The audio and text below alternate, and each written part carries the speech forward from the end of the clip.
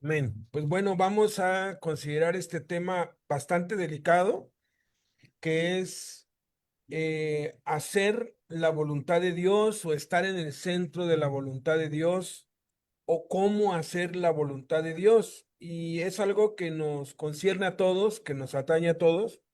Necesitaría unas 3 o 4 horas para poder exponer así de una manera amplia y explicada cada uno de los 7 puntos que quisiera compartir hoy, pero vamos a tratar de hacerlo en 45 minutos, máximo 1 hora.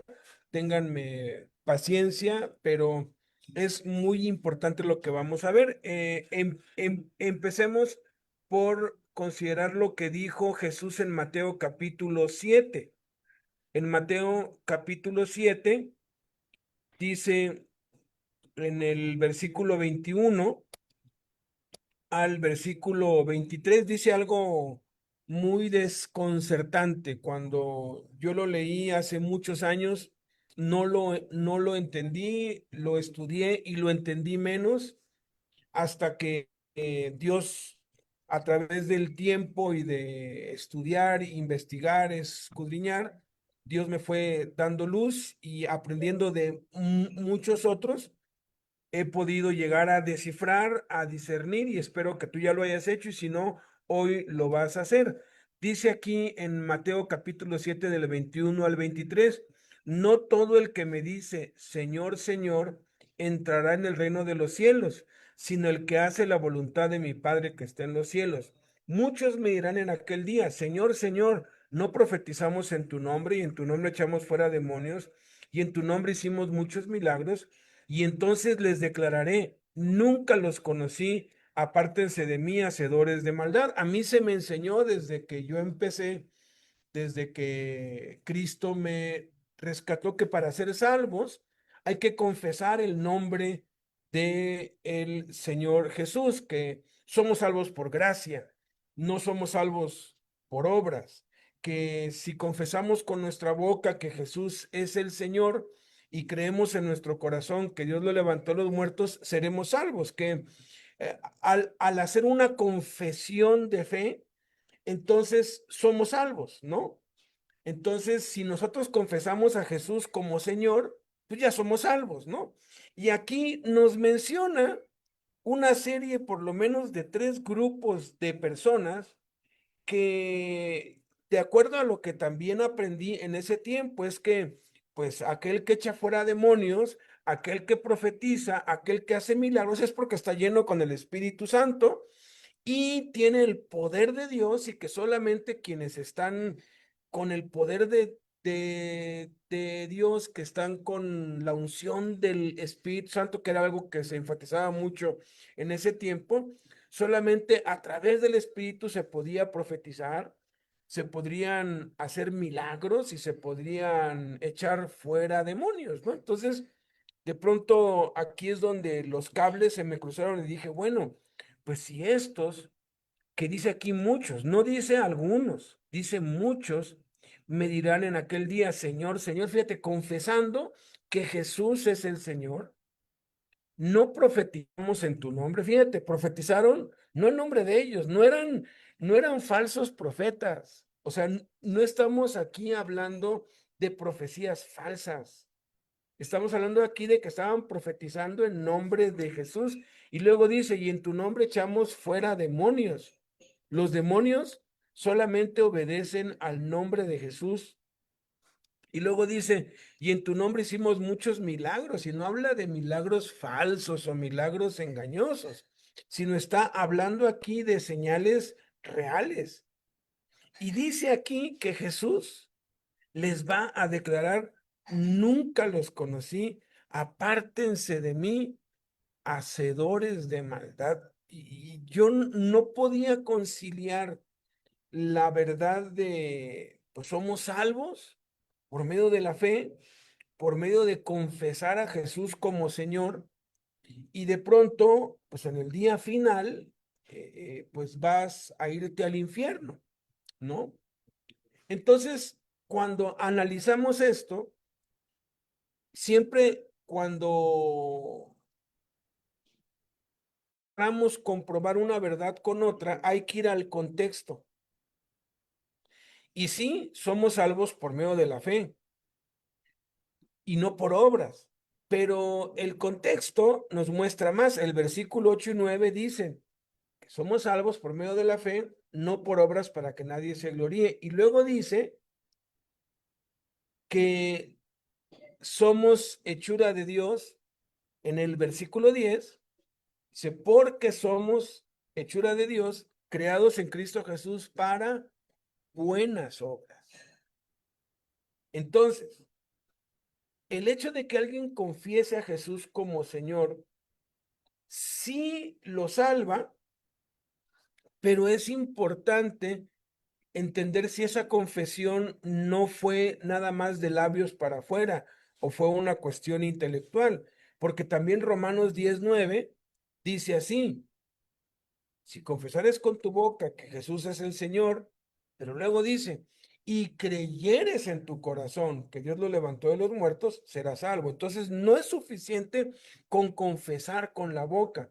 Hay que creer en el corazón, dice, porque con la boca se confiesa para salvación, pero con el corazón se cree para justicia. Entonces, si alguien confiesa a Jesús con su boca que Jesús es el Señor, pero no cree en su corazón, y el corazón nada más lo puede ver Dios. El corazón es algo que se ve únicamente a través de las acciones, así como la fe. Por eso es que el apóstol Santiago, por el Espíritu Santo, dice que la fe sin obras es muerta. En otras palabras, si de verdad fuimos salvos, entonces va a haber un cambio en nuestra vida. Vamos a dejar el pecado, vamos a dejar el egoísmo, vamos a cambiar de vida, vamos a ser nuevas criaturas, de modo que si alguno está en Cristo, nueva criatura es. El viejo hombre ha sido crucificado, hemos muerto al pecado y va a haber un cambio y vamos a dejar de hacer lo malo y vamos a aprender a hacer lo bueno. Entonces, hay muchos que sí confiesan a Jesús. Yo acabo de cumplir en septiembre, acabo de cumplir 40 años que, que empecé a ir a la cárcel a finales de septiembre de hace 40 años fui por primera vez a una cárcel y hace 41 años, un año antes, el 7 de septiembre, fui bautizado en agua.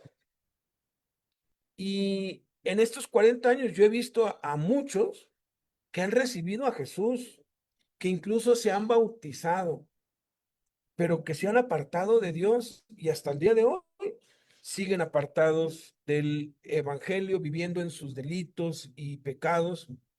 No puedo juzgar, pero alguien que pertenece a Dios no practica el pecado. Los cristianos sí tropezamos, caemos. Yo he tropezado muchas veces. Caí una vez hace 36, no, 35 años. Volví atrás, me revolqué otra vez en la inmundicia y en el pecado, pero no me quedé allí. Me levanté, me dio Dios otra oportunidad y desde entonces he estado en la lucha como todos nosotros, porque la vida cristiana es un batallar, es una lucha. Somos peregrinos y extranjeros y estamos batallando contra los deseos carnales que batallan contra nuestra alma, pero estamos en esa lucha, estamos esforzándonos en la gracia, no nos dejamos vencer. Pero aquel que ya se dejó vencer, que ya practica el pecado, pues la escritura dice bien claro que el que practica el pecado es del diablo. Y dice que el que ha nacido de Dios no puede practicar el pecado. Entonces, es importante examinarnos a nosotros mismos. ¿De verdad soy salvo? O sea, ¿de verdad eh, eh, eh, he creído en mi corazón? ¿De verdad ha habido un cambio en mi vida? ¿De verdad ya dejé de practicar el pecado? ¿O nada más es una cuestión intelectual? Porque cuando nada más es una cuestión intelectual, nuestras obras siguen siendo malas. Nosotros como cristianos podemos hacer obras muertas cuando no las hacemos con la actitud correcta. Pero cuando no estamos en Cristo, nuestras obras son malas. ¿Por qué? Porque son obras de un corazón no redimido. Entonces, cuando dice aquí en Mateo 7:21, no todo el que me dice Señor, Señor, entrará en el reino de los cielos, es porque son aquellos que nada más confesaron a Jesús como Señor, pero no creyeron en su corazón que él había resucitado de los muertos y por lo tanto su conducta se había continuado persistiendo en el pecado y en el mal. Y se brinca de entrar al reino de los cielos, se brinca al día del juicio final en el versículo 22. Muchos me dirán en aquel día. O sea, algo que tenemos que entender nosotros, porque este es un versículo que también atañe a nosotros los que somos salvos. Dice aquí que entrará en el reino de los cielos. Cuando le preguntaron a Jesús cuándo iba a llegar el reino de los cielos, Jesús no dijo, no, pues el reino de los cielos vendrá cuando yo regrese en gloria. No, él dijo, el reino de los cielos ya está aquí entre nosotros. El mensaje de Juan el Bautista fue, arrepiéntanse porque el reino de los cielos se ha acercado. Cuando Jesús vino a la tierra, el reino de los cielos, el gobierno de Dios ya estaba aquí en esta tierra, ya se había acercado. Y cuando Jesús viene a la tierra, él vino a establecer su reino en el corazón de los hombres. Juan capítulo 1, que algunos no leen bien, dice que Jesús vino a lo suyo y los suyos no le recibieron. La mayoría lo lee mal. Cuando lo leen o cuando dicen es que Jesús vino a los suyos, a a los judíos. No, no, no, no, no.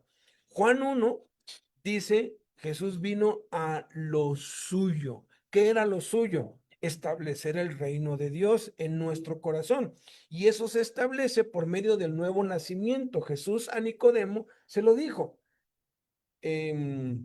El que no naciera de nuevo no puede entrar en el reino de Dios, no puede ver el reino de Dios.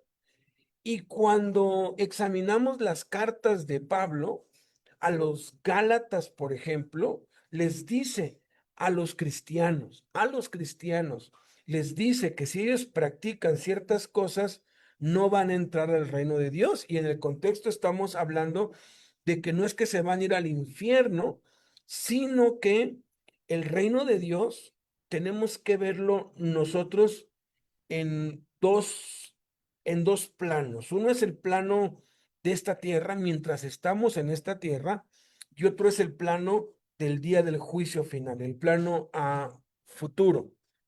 Cuando nos morimos es cuando se determina si vamos a entrar al reino de los cielos eterno o nos vamos a ir al infierno, a la oscuridad eterna. Pero mientras estamos vivos, también podemos estar dentro del reino de los cielos o fuera del reino de los cielos.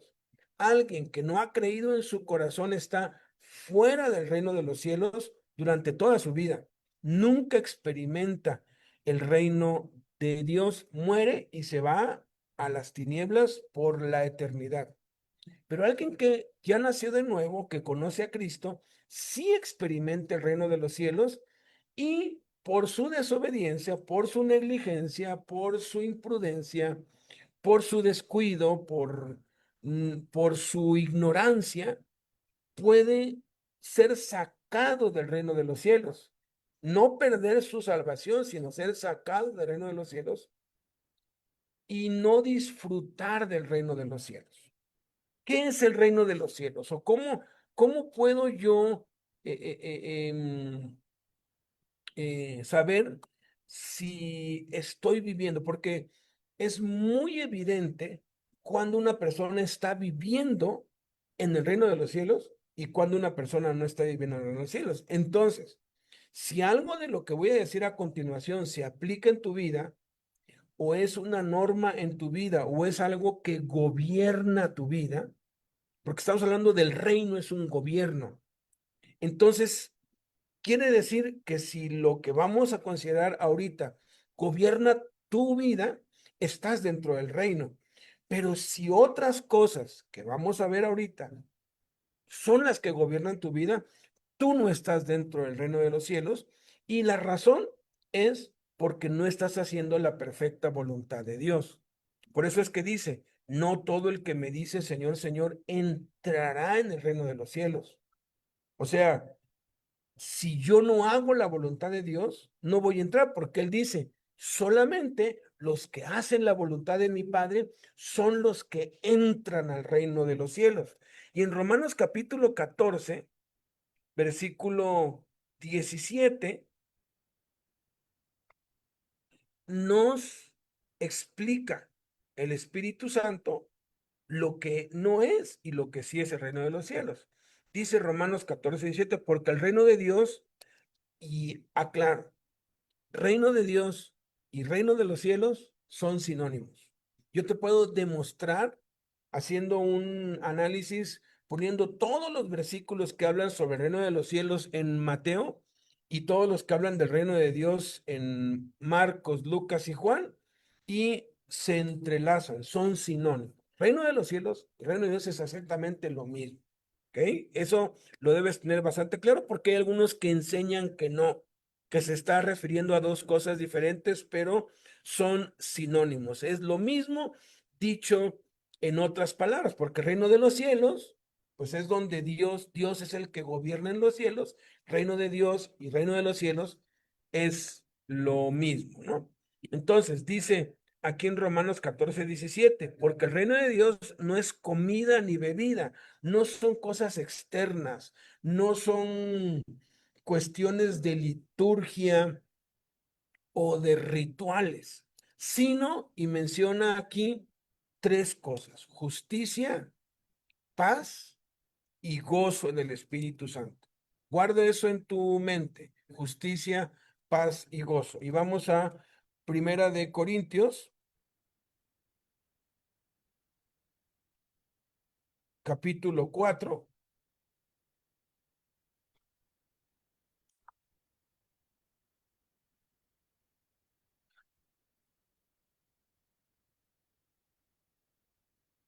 Primera de Corintios, capítulo 4, versículo 20. Y Primera de Corintios capítulo 4, versículo 20 dice, porque el reino de Dios no consiste en palabras, sino en poder. Entonces, Romanos dice que el reino de Dios define el reino de los cielos como justicia, paz y gozo. Primera de Corintios describe el reino de Dios como poder. Dice que no es comida, no es bebida y no son palabras. Y Hebreos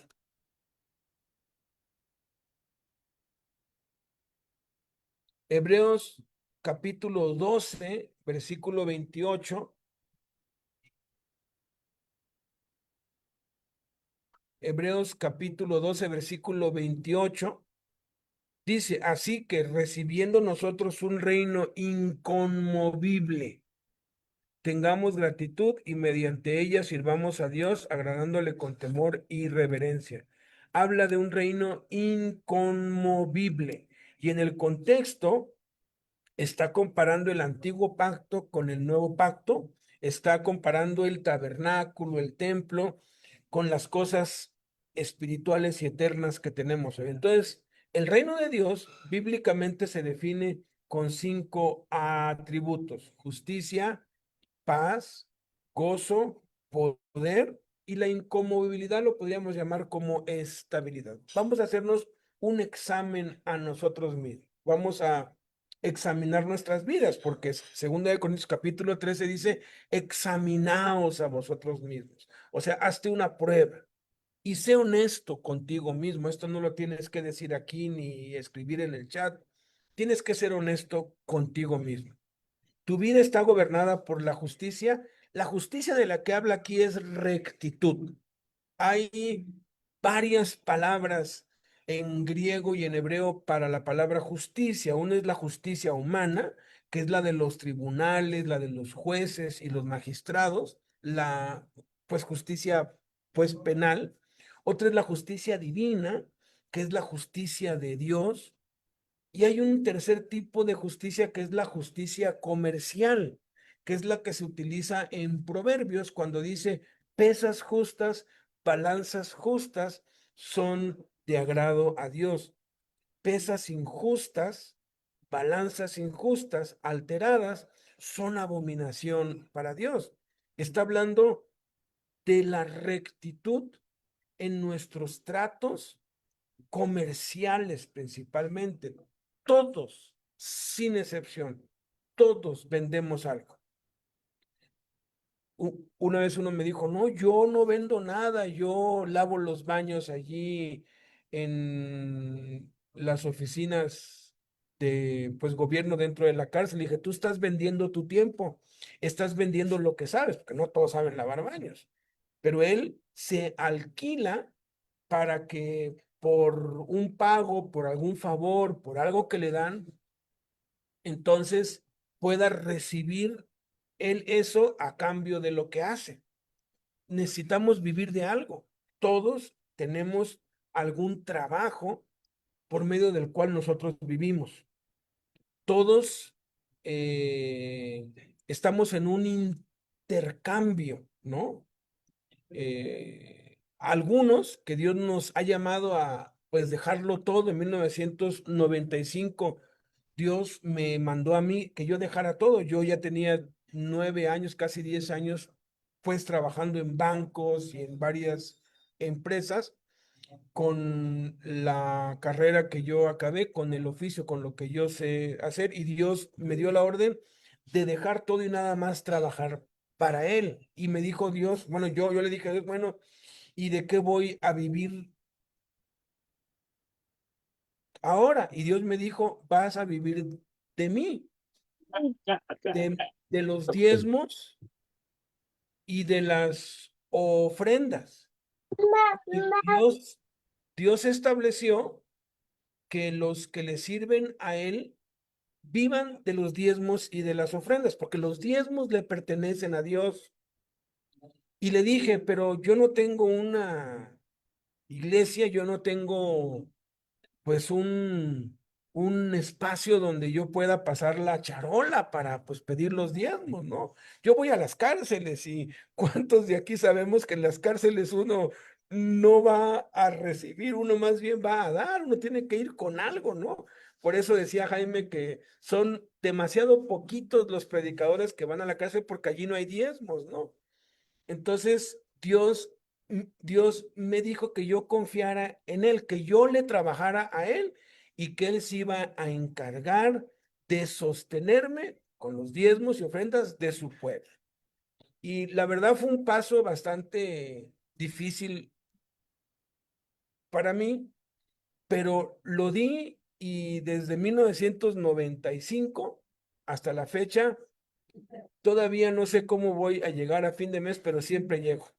Todavía no sé de dónde va a salir, pero llega y sale y vivo ya con menos angustia ahora, ¿verdad? Pero hace años era mucha la angustia y Señor, y por favor, y ya como que he ido agarrando callo y hasta le he dicho a Dios, Señor, ¿por qué no? Porque yo hago inventario cada año yo anoto todo lo que gasto, todo lo que recibo, guardo todos los papelitos, tengo cuadernos llenos ahí de notas y todo porque yo vivo para, como si fuera a dar cuentas. Nadie me las pide, pero si alguien me las pide, aquí están. Yo aprendí eso de Jaime. Jaime llevaba cuentas de todo y estaba listo para darle cuentas al que se las pidiera. Y una vez a Dios le dije, mira, Señor, todo lo que recibí este año, mira, ¿por qué no el 1 de enero de cada año me pones eso? Ya yo lo administro, pero ya no dependeríamos de él, ¿verdad? Y Dios pone en el corazón de la gente apoyarte, a los que servimos de tiempo completo. Nuestra responsabilidad de justicia es mayor que las que no, porque los que pues trabajan, los que reciben un sueldo, tienen que vivir con honestidad, tienen que usar lo que les dan para lo que se los están dando los que estamos. A mí muchas veces me han dicho, mira, esto es para que le lleves de comer a los presos. o esto es para la educación de tus hijos. Hemos tenido a veces el dinero allí de toda la colegiatura de uno de nuestros hijos por 2 años y no podemos nosotros tomar un peso de eso porque nos lo dieron para la colegiatura de la escuela de nuestros hijos. Otras veces me han dicho, mira, esto es para tus vacaciones, para que te vayas de viaje, para que pases con tu esposa. No lo vayas a usar para otra cosa. Obviamente yo doy diezmo, ¿no? Yo de todo lo que me dan, no importa para lo que me digan que es, yo saco el diezmo y lo uso para su obra, pero de lo que queda, tengo que usarlo con honestidad para lo que me lo dieron. Si me lo dieron para vacaciones y lo uso para hacer un evento en la cárcel, estoy siendo deshonesto, aun cuando la motivación sea buena. O si me lo dieron para un evento en la cárcel y lo uso para mis vacaciones, también estoy siendo deshonesto. Y todos debemos examinarnos. ¿Estoy siendo honesto en mi trabajo con los ingresos que tengo y con los gastos que tengo? O sea, ¿de verdad estoy desquitando el sueldo que me pagan? Yo trabajé en muchos bancos y aprendí algo. Si yo le trabajo no al banco, sino a Dios, en pocos meses voy a estar como jefe de todos, porque los jefes no son tontos y se dan cuenta. Yo hice el estimado en la mayoría de los bancos donde yo pues trabajé en una jornada de 8 horas efectivas, eran 3 horas que trabajaba toda la gente que iba ahí. Perdían el tiempo, perdían el tiempo, mucho, mucho tiempo. Desperdiciaban el tiempo. Eso es ser deshonesto. Se robaban hojas, lápices, grapas. Eso es robar. Eso es deshonestidad. He conocido a muchos comerciantes que también hacen trampa. Venden una cosa diciendo que es de cierta calidad cuando es de otra calidad y engañan a la gente. Los mecánicos engañan, los mecánicos eléctricos engañan, los plomeros engañan, los carpinteros. Es espantoso. Es increíble cuando encuentras a un pues plomero honesto. No, hombre, no lo sueltas, porque todos hemos tenido alguna experiencia de este tipo. Por eso les digo, necesito más de 3 horas para todo este tema. Nada más estoy dando cómo examinar si estamos dentro del reino de Dios, porque si no estamos dentro del reino, vamos a estar haciendo triquiñuelas, vamos a estar engañando a la gente, vamos a estar cometiendo fraude, vamos a estar siendo deshonestos en nuestras transacciones comerciales, en nuestro tiempo que estamos desquitando. Me pagan a mí por 8 horas, pues debo desquitar esas 8 horas. No debo fingir que trabajo, sino hacerlo. O sea, tengo que ser honesto en todo lo que yo haga. Y algo que yo me he dado cuenta es que a la larga, la honestidad rinde mayores frutos y mayores ganancias que la deshonestidad. Yo lo viví. Yo cobraba siempre lo justo por cualquier servicio y se espantaban. Me decían, es que no es posible. Usted me está cobrando 1,000 y hemos hecho 3 cotizaciones y el mínimo nos cobra 15,000. Yo decía, pues yo no puedo hablar por ellos, pero esto es lo que cuesta hacer esto. Era lo que costaba, porque hay ciertos tabuladores y uno tiene que ajustarse a eso, ¿no? He conocido mecánicos que son rateros, pero he conocido otros que son honestos, que la verdad, a la larga, hemos hecho los, pues, cálculos, ganan 10 veces más que el que es tranza, porque el que es tranza, tarde o temprano, la gente se da cuenta y de boca en boca, ni vayas con ese que es un ratero y ya nadie va. Pero los que son honestos no se dan abasto con tanto trabajo que les llega. Pero repito, si tú no estás siendo honesto en tus intercambios comerciales, no estás siendo justo con lo que desquitas de tu trabajo, no estás usando el dinero como lo debes usar, entonces tú estás fuera del reino de los cielos. Pero si tú estás haciendo honestidad, haciendo justicia, entonces tú estás dentro del reino de los cielos. Segunda cosa que es el reino de los cielos, justicia, paz. ¿Cómo andamos con la paz? ¿Puedes dormir bien o tienes insomnio? No puedes dormir. Hmm, qué problema tan grave. Escuchaba yo en el radio que 70% de los mexicanos tienen trastornos de sueño, no pueden dormir. Las ventas de pastillas y de remedios para dormir han aumentado, pero exponencialmente, porque la gente no puede dormir. No hay paz para los impíos, dice mi Dios. No hay paz, no puedes dormir. ¿No puedes dormir? Examínate. Seguramente de las 7 cosas que es, que la Biblia dice que es la voluntad de Dios, estás fallando en alguna o en todas, o en la mayoría. Porque si no tienes a Cristo, no vas a tener paz nunca, ¿eh? Pero si tienes a Cristo, tú puedes experimentar la paz, puedes dormir como un bebé, puedes estar tranquilo, que si faltan 2 días para el pago de la renta y no tienes, mira, yo ya perdí la cuenta de cuántas veces ha pasado eso. Llega el mero día y no tengo. Y algo que Dios nos ha dicho a mi esposa y a mí, que a mí me lo dijo antes, yo hice un pacto con Dios y la verdad, cuando lo hice, después dije, ¿para qué hice este mugre pacto, mano? Ya me enlacé con las palabras de mi boca, pero después le pedí perdón a Dios y le dije, bendito pacto, y he mantenido ese pacto durante más de 35 años. Una vez llegó Wayne Myers y compartió en la iglesia donde yo estaba y él dijo, yo hice un pacto con Dios, que todas mis necesidades únicamente se las iba yo a manifestar a él y que nunca le iba a pedir prestado un solo peso a nadie,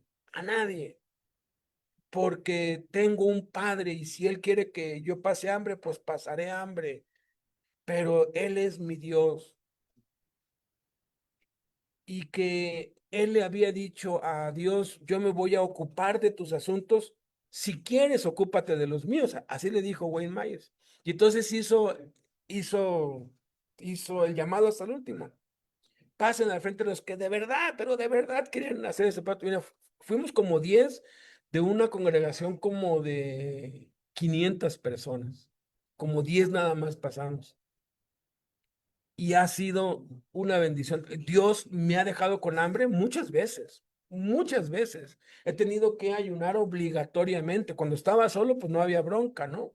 Una vez uno me dijo, no, tú estás mal, porque dice la Biblia, no he visto justo desamparado ni su descendencia que mendigue pan. Le dije, ahí está.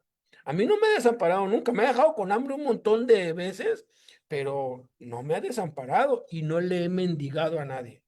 No le he pedido prestado a nadie. Una sola vez, y eso yo pues, se lo confesé a nuestro amado Gabriel Álvarez, que está en Colombia, que ya se vino para México y va a estar sirviendo acá en Guadalajara, si Dios quiere. Y la verdad es que llegó el día de la renta, ya eran las 6 de la tarde y no había nada. Entonces yo dije, pues le voy a pedir un préstamo. Y le dije, padre, perdóname, pero nunca lo había hecho. Ya tengo años, ya estaba casado yo ya tenía cierto callo. Y le marco, hola Gabriel, hola. Él era el contador de la fundación en ese tiempo. Y antes de que yo pudiera hablar, me dijo, qué bueno que me hablas, estaba a punto de marcarte cuando sonó y eras tú. Pásame tu número de cuenta porque Dios puso en mi corazón bendecirte con una ofrenda. Le dije, claro que sí. Y le doy mi cuenta. Me dice, ¿puedes ir ya ahorita al banco y va a estar ahí? Y colgué. Esto fue cuando, pues, mi hijo mayor cumplió apenas 28 años, tenía 2 años. Y voy al banco en ese tiempo. No, miento. Mis gemelos tenían 2 años y mi hijo mayor tenía 5. Y en ese tiempo eran 1,300 pesos que yo pagaba de renta. Y voy y checo y eran 1,500 pesos.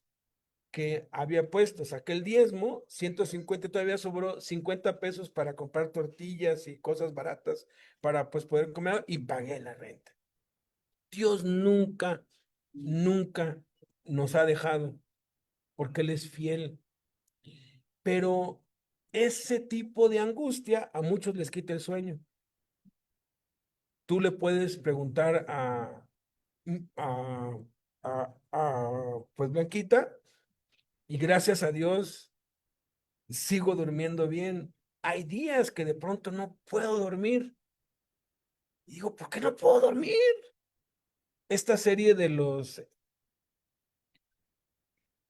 elegidos, qué hermoso esa parte cuando Jesús está en el campo y está en una tiendita allí y está esperando el tiempo y en la noche él oraba así, ¿no? En la serie, y es una oración que muchos judíos hasta el día de hoy hacen. Le daba gracias porque le da sueño a mis ojos, ¿no? Y cerraba sus ojos y se dormía. Yo no digo eso, pero pues nomás cierro los ojos y me duermo. Entonces, cuando estoy así, yo le digo, Señor, dale sueño a mis ojos. ¿Por qué no tengo sueño? Entonces, reviso estas 7 cosas. Y de pronto hay una que está fallando, me pongo a cuentas con Dios y tanto me pongo a cuentas con Dios que quedo fundido, rendido. Las preocupaciones no nos deben quitar el sueño. No debes andar allí todo angustiado y luego pides un préstamo y luego pides otro préstamo para este y vives de verdad huyendo. Es espantoso. No vives en paz, no tienes paz, estás fuera del reino de los cielos. ¿Tienes paz? Estás dentro del reino de los cielos. Tercer cosa, justicia, paz, gozo. El gozo tiene que ver con la alegría, con... Miren, uno puede estar llorando y estar lleno de gozo porque uno sabe que es para el bien de uno. Dicen que sin dolor no hay ganancia, que sin lágrimas no hay avance. Los que sembraron con lágrimas, con regocijo cosecharán. No estamos hablando de la alegría pasajera, sino del gozo. Gozo es diferente a la alegría. El gozo es una cuestión interna del espíritu. La alegría depende de las cosas externas, ¿no? Estrenas algo, vas de viaje, o sea, eso te da alegría, pero eso es pasajero. El gozo es constante. El gozo es un estado de vida que tú estás contento cualquiera que sea tu situación. Filipenses capítulo 4 es maravilloso. El contexto de todo lo puedo en Cristo que me fortalece, que ahorita lo vamos a ver la, con la cuarta cosa que es el reino de los cielos, tiene que ver con eso. Pablo dice, he aprendido a contentarme cualquiera que sea mi situación. Me va bien, me va mal, tengo, no tengo, yo estoy contento, ¿no?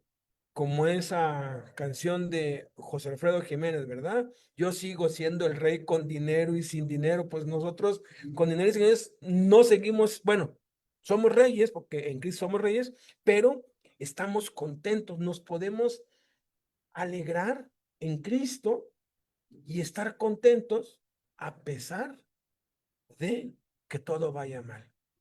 Eso es algo sobrenatural. Igual la paz de Dios que viene como resultado de estar haciendo la voluntad de Dios es sobrenatural. Por eso es una paz que sobrepasa todo entendimiento. Te dicen, ¿cómo es posible que estés tranquilo con semejante problema que tienes? ¿No? Yo lo he experimentado muchas veces y cuando no lo experimento, repito, cuando detecto que ya no tengo la paz o que no tengo el gozo, entonces voy y examino estas 7 cosas. Se las voy a decir muy breve, en 5 minutos, pero es muy fácil detectar. Te pones a cuentas con Dios y el gozo vuelve. Yo era alguien hiperdepresivo. Por eso me quise quitar la vida 2 veces, pues yo hacía unas fiestas de depresión, me encerraba en mi cuarto y lloraba y me quedaba ahí 10 días y no salía, mis papás preocupados porque era súper depresivo, no comía, me dejaba crecer la barba, el pelo, muy depresivo. pero conocí a Cristo y solamente tengo una persona como testigo a quien cuando está presente, ahorita está en el otro grupo, pero cuando está o cuando hemos ido a la cárcel, yo le digo, en estos 25, 26, acabamos de cumplir hace unos días 29 años de casados. Y le digo en público, en esos 25, 26, dependiendo del tiempo que llevamos, ¿cuántas veces me has visto deprimido? Y dice, ninguna. ¿Y tú crees que yo no siento tristeza? No, hombre, tengo cicatrices en el alma, me han apuñalado por la espalda y le han dado vuelta y le han rascado y duele hasta los huesos. Una de las cosas que más me ha dolido hasta el día de hoy es que Jaime se nos haya ido. A mí alguien como al mes me dijo, oye, ¿y si te dolió que se haya ido Jaime? Porque no te vi triste. Le dije, mira, no me dolió, me duele. Hasta el día de hoy han pasado más de 6 años ya y me sigue doliendo, me rasga el alma. Y ahora que estamos viendo lo que Dios está haciendo y las puertas que se están abriendo, yo digo, ¿por qué Jaime no está aquí? Jaime estaría gozándose, estaría...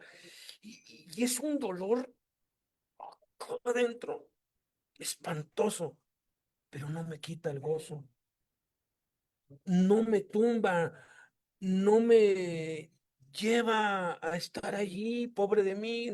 No, porque yo sé dónde está y porque estoy en la voluntad de Dios.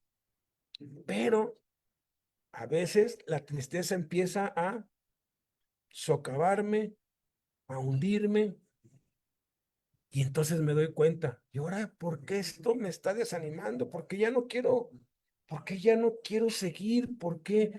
Eh, y entonces reviso, corrijo, y el gozo vuelve. Y es una bendición, no importa cuántas tristezas experimentes, el gozo siempre está ahí. Justicia, paz, gozo. La cuarta, poder, poder. Y eso está ahí en Filipenses 4, en el mismo lugar donde está hablando del gozo. He aprendido a contentarme, cualquiera que sea mi situación. Toda la carta de los filipenses les manda 7 veces, gócense, gócense, gócense, gócense, y se nos está mandando un preso sentenciado a muerte. El gozo, después sigue con el poder. Todo lo puedo en Cristo que me fortalece. Todo, no algunas cosas, no lo espiritual, todo. Y todo, decía Jaime, en griego es todo. Hay quienes no pueden dejar de decir malas palabras, o no pueden dejar de decir mentiras, o no pueden dejar de pues, airarse, o no pueden ser cariñosos con su esposa, o no pueden ser eh, amables, o no pueden orar constantemente. No pueden, lo intentan y no pueden. Y se les escucha decir, es que no puedo, ya lo intenté, pero no puedo. Es que esto sí no puedo. Si hay algo que no puedes, cuidado. El problema no es falta de fuerza de voluntad. Yo he conocido muchos que han intentado todo, todo, todo, todo. Han orado, ayunado, han orado por ellos, han hecho todo y no pueden dejar el cigarro, no pueden dejar la droga, no pueden dejar la masturbación, no pueden dejar la pornografía, no pueden dejar las miradas lascivas, no pueden dejar la envidia, no pueden dejar de ser celosos con la esposa, no pueden, eh, eh, no pueden ayunar o leer la palabra de Dios como ellos quisieran, que eso nos va a llevar a la quinta. Y no pueden. Y se dejan y se dejan vencer y dejan de intentar porque no pueden. Cada vez que tú te oigas, no puedo, tú estás diciendo, estoy fuera del reino de los cielos. No puedo, no puedo. ¿Por qué no puedes? No es por otra cosa, sino porque estás fuera del reino de los cielos. No estás dentro, estás fuera. Y como estás fuera, por más que lo intentes, no vas a poder. ¿Qué tienes que hacer para poder, para tener el poder? Entrar al reino de los cielos. ¿Y cómo entras al reino de los cielos? Haciendo la voluntad de Dios. Examina estas 7 cosas. Y por último, el quinto, la quinta evidencia o síntoma o cosa que tienes que examinarte en ti mismo para ver si estás dentro o fuera del reino de los cielos es la inmovilidad o la estabilidad. Esto tiene que ver con que lo que empiezas lo acabas. Muchos compran libros y nunca los acaban porque empiezan y no acaban. Empiezan un curso y no lo acaban. No acaban nada, todo lo dejan a medias. Hay una inestabilidad en su vida. El hombre de doble ánimo es inconstante en todos sus caminos, eres inconstante. Es más, te has propuesto leer todavía y no has podido. Te has propuesto pasar toda una noche orando y no has podido. Te has propuesto ayunar 3 días con pura agua y no has podido. Todo lo dejas a medias, todo lo dejas botado, no duras en ningún trabajo. Van de un trabajo a otro, a otro, a otro, y en ningún trabajo duran. El problema no es el trabajo, el problema somos nosotros, que somos inestables, inestables. Hoy decimos sí, mañana decimos no. Jesús habló muy fuerte contra eso, que tú sí sea sí, que tú no sea no. Es terrible. Entonces, ya espero que de pronto digas, no, pues sí, estoy dentro del reino de los cielos, pero puedes tú discernir que estas 5 cosas van a estar viniendo, viniendo a tu vida y nos ayudan a detectar si estamos en la voluntad de Dios o no. Entonces, vámonos en 5 minutos. ¿Qué es la voluntad de Dios? La Biblia sí dice claramente lo que es la voluntad de Dios. Y la voluntad de Dios son 7 cosas donde la Biblia dice, esta es la voluntad de Dios. O sea, aquí no hay pierde, aquí no hay interpretación, aquí no hay de que, a ver, hay que hacer un análisis exegético o que el hebreo dice esto. No, no, aquí esto está mucho más claro que el agua. Entonces, échame una mano, César, y léeme Juan capítulo 6, versículo 40, por favor. Juan 6:40. Ok. Dice de la siguiente manera, Juan 6:40. Dice, y esta es la voluntad del que me ha enviado, que todo aquel que ve al Hijo y cree en él tenga vida eterna, y yo le resucitaré en el día postrero. La primera cosa que es la voluntad de Dios, dice, esta es la voluntad del que me ha enviado, que el que ve al Hijo y cree en él tenga vida eterna. La palabra vida eterna es sinónimo de vida en abundancia. Es una vida dentro del reino, es la vida que vino a dar Cristo. El ladrón no viene sino para hurtar, matar y destruir. Yo he venido para que tengan vida y vida en abundancia. Es la vida en abundancia, la vida Zoe es la que nos está hablando ahí, porque hay 5 vocablos distintos para vida. Y uno de ellos es la vida espiritual, la vida de Dios, la vida de victoria en Cristo. Entonces, lo primero que tienes que examinar es, ¿estoy poniendo mis ojos en Jesús? ¿O ya quité mi mirada de Cristo? Puestos los ojos en Jesús, el autor y consumador de la fe. Si tú estás criticando a otros, si tú estás juzgando a otros, si tú estás desanimado porque alguien te dio mal testimonio, o porque algún líder hizo esto o hizo el otro. O sea, si tú riges el cómo te comportas por el comportamiento o la conducta de otros o de los líderes, tú ya quitaste tu mirada de Jesús. Jesús no es el centro de tu vida. Jesús no es la razón por la cual vives. Entonces tienes que examinar, bueno, ¿tengo mis ojos puestos en Jesús? ¿Es Jesús mi modelo? ¿Es Jesús mi centro? Lo que hago, ¿lo hago como lo mandó Jesús, como lo enseñó Jesús? Porque allí se resuelve todo lo de las falsas doctrinas, ¿eh? Absolutamente todo.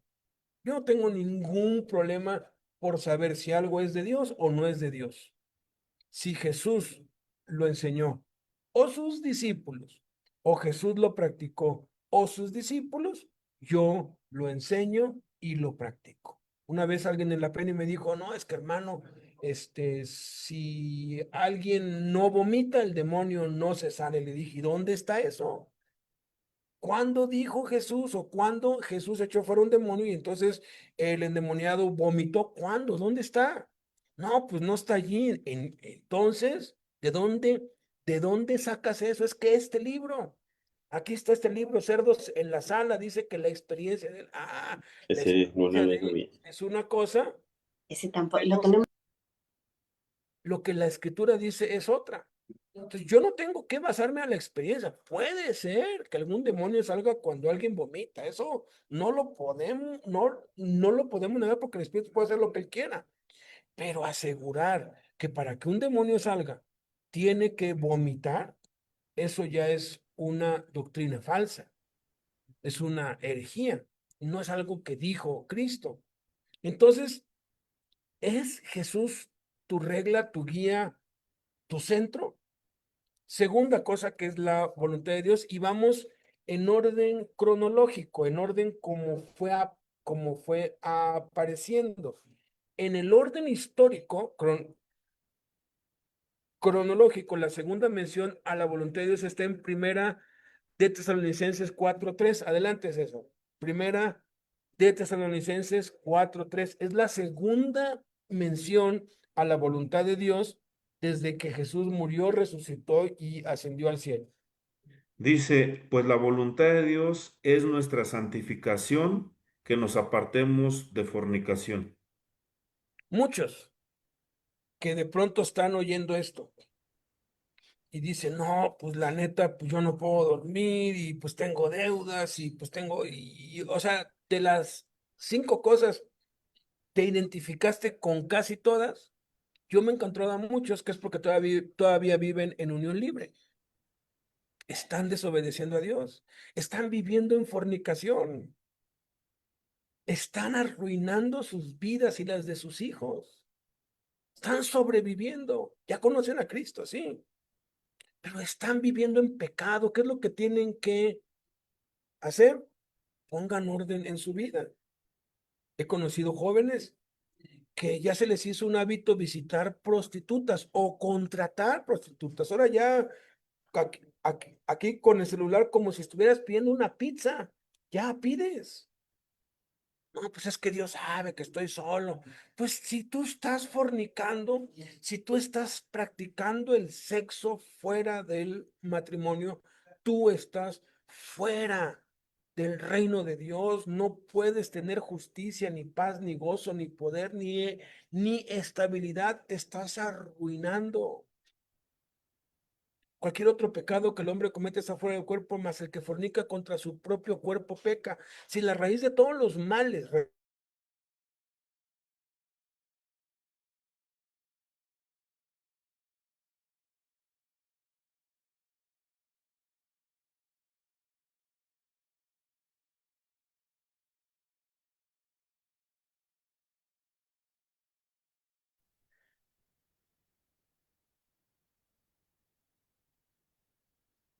Me parece que tuvimos un... ya estoy aquí de Ahí está vuelta. otra vez, ahí estamos otra vez. Ahí está.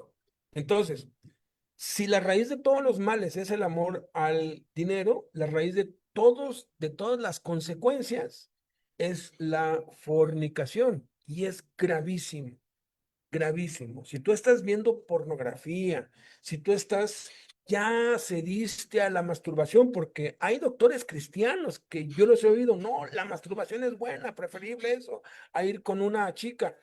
Tarde o temprano vas a terminar fornicando. ¿Por qué?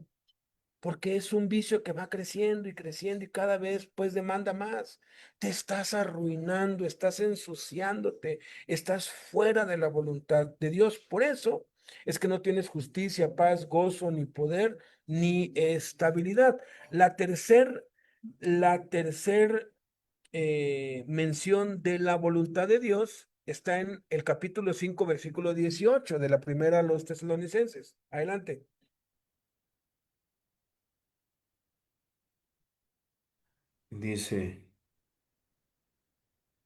Dice, den gracias en todo porque esta es la voluntad de Dios para con ustedes en Cristo Jesús. Tercer cosa que es hacer la voluntad de Dios, dar gracias en todo y por todo. Una vez estaba yo pues compartiendo esto en la Penny y pasaba pues por ahí el Chuta, Dani, y él dijo, no, eso no es cierto. Hay que darle gracias a Dios en todo, en toda circunstancia, pero no por todo. ¿Cómo le vamos a dar gracias a Dios por los narcos y pues darle gracias a Dios por los malos y por las enfermedades? No, no, no. Le doy gracias a Dios en la enfermedad, pero no por la enfermedad. Le dije, pues eso es lo que tú piensas, y es lógico, pero la escritura dice en Efesios, y está hablando en el contexto de la voluntad de Dios, dice, dando siempre gracias por todo. Entonces, si tú no le estás dando gracias a Dios en todo y por todo, tú estás fuera de la voluntad de Dios. Si tú te estás queje y queje, y tú estás quejándote que deberías tener un mejor trabajo, que deberías, o sea, si tú estás amargado con la vida, quejándote todo el tiempo, lamentándote todo el tiempo, tú estás fuera de la voluntad de Dios. Puede ser que no vivas en adulterio o no estés en fornicación y que vivas en santidad sexual y que tengas a Cristo como el centro de tu vida. Pero si hay amargura en tu corazón, si hay falta de gratitud en tu corazón, tú estás en un problema bastante grave. Tú estás fuera de la voluntad de Dios, no estás haciendo la voluntad de Dios. Número cuatro, cuarta mención de la voluntad de Dios está en Primera de Pedro 2:15. La cuarta, la quinta y la sexta están en Primera de Pedro. Primera de Pedro, capítulo 2 versículo 15, dice así, César. Dice, porque esta es la voluntad de Dios, que haciendo bien hagáis callar la ignorancia de los hombres insensatos. Cuarta mención a la voluntad de Dios, hacer el bien. La voluntad de Dios es hacer el bien. ¿Qué es hacer el bien? Lo contrario de hacer el mal, ¿no? O sea, y eso abarca una lista muy extensa dependiendo el ambiente, el entorno donde te muevas. Hay muchas cosas buenas, hay muchas cosas malas. ¿Qué es hacer el bien? Hacer lo opuesto a hacer el mal, que se podría resumir en esto: haz con los demás como quieres que hagan contigo. El que ama al prójimo ha cumplido la ley. O sea, lo que yo no quiero para mí, no lo quiero para otros. Veo a alguien que va pues caminando y se le cae su cartera y no se da cuenta. ¿Qué me gustaría que hicieran por mí? Eso es lo que tengo que hacer. El bien es recoger esa cartera y dársela. Oye, ¿sabes qué? Se te cayó esto, ten más cuidado.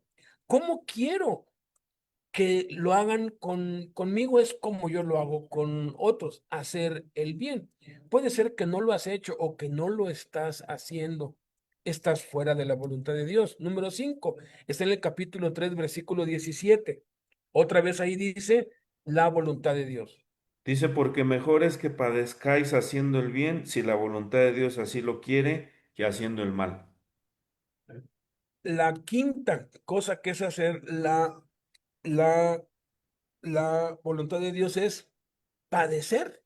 Fíjate, padecer haciendo si la voluntad de Dios así lo quiere. O sea, padecer es parte de la voluntad de Dios, y eso tiene que ver con padecer injusticias, tiene que ver con padecer persecución, burlas, ataques. Si alguno padece como cristiano, dice, no se avergüence, sino glorifica a Dios. Ahora aquí es importante aclarar que si hay una injusticia que no tiene que ver con que somos cristianos, simplemente una injusticia porque alguien es injusto, para eso están las leyes. Jesús dijo, al que te hiera en la mejilla derecha, preséntale la otra. Es una injusticia que te golpee a alguien, es un delito. Pero pues Jesús dijo, no digas nada y pon la otra. En el contexto es por causa del evangelio. Cuando a Jesús lo abofetearon frente a Anás, Jesús reclamó, porque no lo abofeteó por el evangelio, lo abofeteó porque, según él, algo así le había contestado descortésmente al que había sido sumo sacerdote y le dijo, ¿por qué me estás golpeando? Cuando mandaron a golpear a Pablo por una declaración que él hizo que no tenía que ver con el evangelio, él dijo, Dios te golpeará a ti, pared blanqueada. Se defendió. Pero cuando lo azotaron y lo encarcelaron porque echaron fuera a un demonio, no dijo nada, sino cantó y le dio gracias a Dios. Entonces, si la injusticia, si el agravio que te hacen es porque eres cristiano, calladito te ves más bonito, aguanta, padece que tienes un defensor que te va a recompensar. Número 6 está en Primera de Pedro 4:19. Perdón. Perdón. Bueno, es ese sí, ese sí léelo, perdón. 4:19 dice, No, no, sí, sí, este tiene que ver con el quinto. Primera de Pedro 4:19 dice, de modo que los que padecen según la voluntad de Dios encomienden sus almas al fiel Creador y hagan el bien. O sea, encomiéndale a Dios esa injusticia. A mí me despidieron injustificadamente por el evangelio. Yo no hice nada. Hubo veces que no, que mira, que pues conozco a este abogado, ¿no? Yo ya se lo entregué a Dios y por error, creo que ya se los he contado antes, con abogado y todo en ese tiempo, hace muchos años, más de 35 años, yo hubiera ganado ya pagando los gastos de los abogados y todo, me hubiera quedado como con unos 20,000 pesos. Pues a estos de esa empresa como que el sistema les falló y me siguieron depositando durante 10 quincenas 4,000 pesos en cada quincena. Y nunca hubo reclamación. Yo acumulé 40,000 pesos sin mover un solo dedo, sin meter un solo abogado, ninguna queja ni nada, porque Dios es el que te hace justicia. Sexta mención a la voluntad de Dios está en Primera de Pedro 4:2. Por favor. 4:2 dice, para no vivir el tiempo que resta en la carne conforme a las concupiscencias de los hombres, sino conforme a la voluntad de Dios. Y esto sirve mucho para el matrimonio y también en nuestras relaciones. Es no vivir conforme a nuestras concupiscencias, es no querer siempre ganar, no querer siempre tener la razón, no querer siempre salirte con la tuya, dejar el egoísmo, dejar que otros ganen, dejar que otros sean mejores que tú, darles el lugar a otros, no querer tú ser el centro de todo y acapararlo todo. El que lo sepas hacer no quiere decir que no le vas a dar el lugar a otro para que lo haga. Tenemos que darles el lugar, no lo va a hacer bien al principio, obvio, pero poco a poco va a ir perfeccionándose hasta que lo haga mejor que tú. Eso es no vivir egoístamente, no querer siempre salirse con la suya. Y terminamos con Efesios capítulo 6 del versículo 5 al versículo 7. Efesios capítulo 6 del 5 al 7, Perdón, del 5 al 6. del 5 al 6 dice, siervos, obedeced a vuestros amos terrenales con temor y temblor, con sencillez de corazón, como a Cristo, no sirviendo al ojo, como los que quieren agradar a los hombres, sino como siervos de Cristo de corazón, haciendo la voluntad de Dios. La séptima cosa que es hacer la voluntad de Dios es trabajar. tenemos que trabajar. A mí, hace muchos años me dijeron, oye, pues tú y Jaime no trabajan en nada, ¿no? Y yo me reí y le dije, lo que pasa es que tú desconoces la escritura, por eso piensas que no estamos trabajando en nada. ¿Qué trabajo tuvo Jesús hasta los 30 años? Carpintero. ¿Qué trabajo tuve yo? Ingeniero en sistemas computacionales. ¿Qué trabajo tuvo Jaime? Él fue administrador de una empresa. Ok. Cristo fue llamado por Dios para servir. Entonces, por eso, como no trabajaba como carpintero, ni como herrero, ni como agricultor, ni como pastor de ovejas, ya no trabajaba. ¿Qué no dijo ahí Cristo en Juan? Mi padre hasta ahora, en Juan 10, mi padre hasta ahora trabaja y yo trabajo. ¿Qué no has leído lo que dice en Primera de Tesalonicenses capítulo 5? Les ruego, hermanos, que reconozcan a los que trabajan en el Señor, mayormente a los que trabajan en predicar y enseñar. Mi trabajo es predicar y enseñar. Y en ese tiempo yo predicaba y enseñaba, yo iba diario, yo iba de lunes a viernes a la cárcel y tenía iglesia en casa el día domingo. Yo predicaba entre 25 y 27 veces por semana. Predicaba, enseñaba. Dije, yo tengo un trabajo y mi trabajo es predicar y enseñar. Mi trabajo es servir a Dios en su obra. Es un trabajo y es un trabajo mucho más delicado y mucho más agotador que cualquier otro trabajo. Entonces, muchos piensan que los que estamos predicando, pues no estamos pues trabajando en nada, pero se equivocan. Sí es un trabajo y la Biblia lo cataloga como trabajo, pero yo tengo doble trabajo, porque yo hice un trato con, con Dios y le entregué mis talentos y desde entonces he trabajado como ingeniero en sistemas para la obra sin cobrar un peso, sin percibir ¿cómo se llama? Un salario, sino haciéndolo de corazón para Cristo. Y hasta el día de hoy, Dios me ha, me, me ha sostenido y me sigue sosteniendo. Y a veces hubo un tiempo que yo dije, no, pues ya estoy yendo diario a la cárcel, ya no me voy a meter con la computadora, ya estoy cansado. Y empezó a hacer falta el gozo, la paz. Empecé a tener malos pensamientos. Dije, a ver, ¿qué está fallando? Revisé, a ver, Cristo está en el centro, sí. Vivo en santidad sexual con mi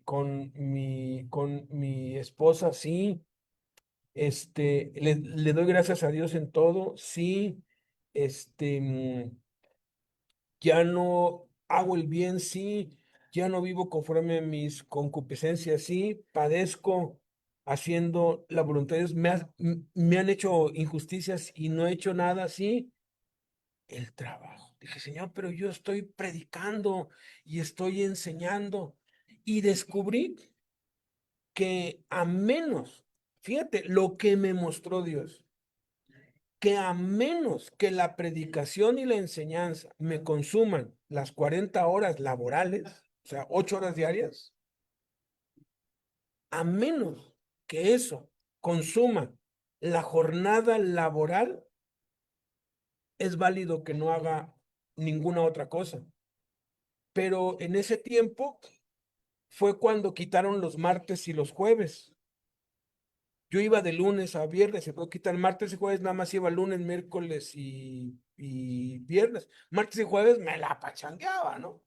Digo, sí, hacía, pues, preparaba los estudios, todo, pero era más bien relax, ¿no?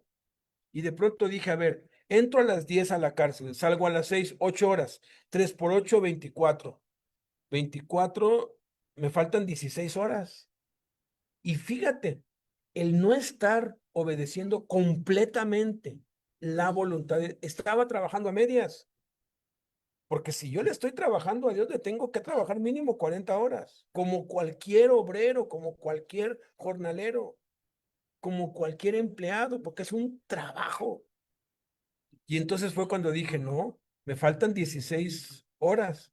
Entonces, los días martes trabajaba 8 horas y los días jueves 8 horas en el escritorio, trabajando y dándole duro. Y desde entonces se acomodó otra vez todo, pude dormir otra vez bien, la tristeza se ahuyentó, las tentaciones no tenían el mismo efecto nocivo en contra mía. Y es cuestión, pues, de estar examinándote. Muchos quieren ganarse la lotería para ya no trabajar. Qué error tan grave. Porque si llegas a tener suficiente dinero y ya no vas a trabajar, te vas a salir de la voluntad de Dios. Aprende de Forrest Gump, esa pues película imaginaria con Tom Hanks, que él ganó muchísimo dinero. Y hay una parte en donde él estaba podando el césped gratis de todos los pues vecinos y él dijo, ya no necesito pues trabajar, pero creo que mi deber es continuar haciéndolo y ahora soy jardinero, pero gratis, ¿no? Yo aprendí eso también del hermano Jesús Castelazo. El carpintero de por vida, conoce a Cristo, le sirve, y él, cuando no tenía que ir a una misión o no tenía que predicar, eran por lo menos 3 días a la semana, él tenía un taller grandísimo, hacía sillas, mesas, puertas, closets para viudas, pobres, para casas hogar, regalaba todo, su mano de obra, porque él decía que el trabajo es la voluntad de Dios, porque el trabajo no fue resultado del pecado. El hombre trabajaba antes de caer. Entonces, me extendí 15 minutos más. Pensé que en 5 minutos lo iba a hacer, pero creo que debemos examinarnos, porque sí se puede vivir una vida plena, como decía Jaime, chévere. Sí se puede vivir una vida de que duermes bien y te levantas emocionado de otro día más y el día se te hace cortito y llega la noche y dices, ya se acabó el día. A veces ni dan ganas de dormir, pero el Señor te da sueño a tus ojos y te duermes y es una aventura, una delicia la vida, haya dinero o no haya dinero, vaya bien o vaya mal, haya salud o no haya salud. Pase lo que pase, tú estás viviendo una aventura con Cristo, pero tienes que estar dentro del reino de los cielos y para eso tienes que estar haciendo la voluntad de Dios. Muchas gracias, mi César.